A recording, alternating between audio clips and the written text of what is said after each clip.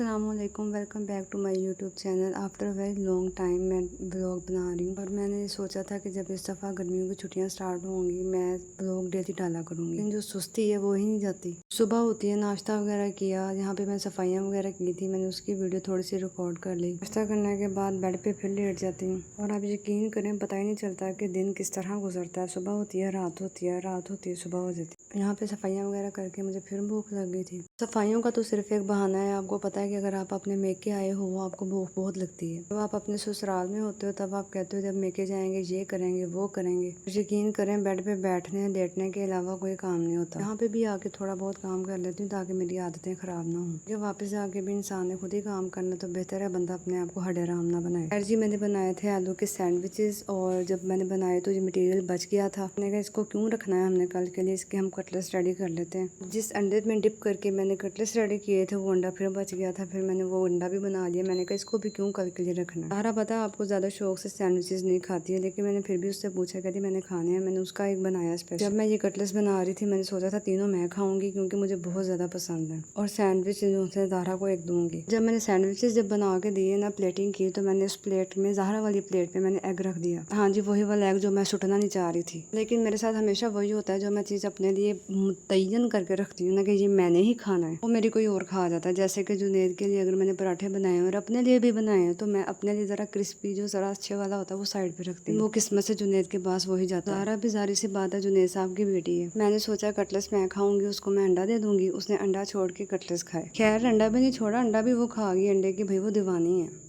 और आजकल इतनी ज़्यादा गर्मी पड़ रही है कि बंदा क्या करे। अब एसी में बैठे हुए हो तो ठीक है, जैसे कमरे से बाहर निकलो सर से लेके पाँव तक पसीना ऐसे आता है कि जैसे सवाब का काम है। लेकिन भाई क्या करें, मजबूरी है, किचन में भी जाना पड़ता है, खाना भी बनाना पड़ता है। आएंगे नहीं तो भाई जिंदा कैसे रहेंगे, मर जाएंगे, जल्दी मर जाएंगे। फिर जो एक टाइम तो मुकर्रर है मरना सब ने है, लेकिन वो वक्त से पहले फिर मर जाएंगे हम। बंदे ने इतना कमज़ोर होकर क्यों मरना है। मेरा तो ये ईमान है कि बंदा हट्टा कट्टा होकर मरे, वो अलग बात है। मैं हट्टी कट्टी हो नहीं सकती, शायद मेरी किस्मत में लिखा ही नहीं हुआ हट्टा कट्टा होना।